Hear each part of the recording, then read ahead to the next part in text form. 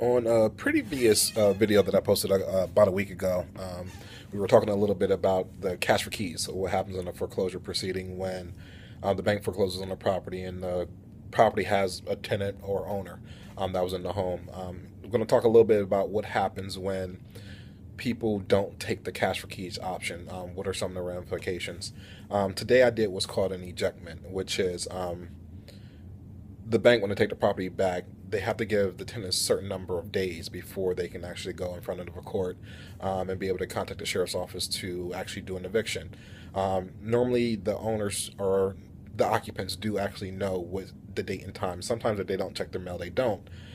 So one day, unfortunately, we just come to the house. Normally, there's a sheriff or constable that are there, and normally maybe a couple of them, depending on what the situation is. So, just a matter of us organizing everything, getting the contractor out there to rekey, also getting a moving van. So, what happens is if you're not home, or if the occupant is not home, we can rekey the house and we'll post a note up on the door saying that the home has been foreclosed on, and that all of the items that were in the house, they get cataloged and pictures are taken and things like that, so no one can come back and say, hey, something was stolen, because at that point we normally have a lot of photos and things like that.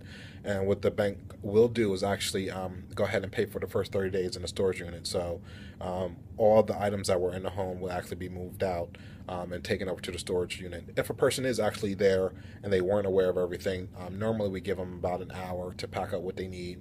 And then at that point, they're going to have to go ahead and vacate the home.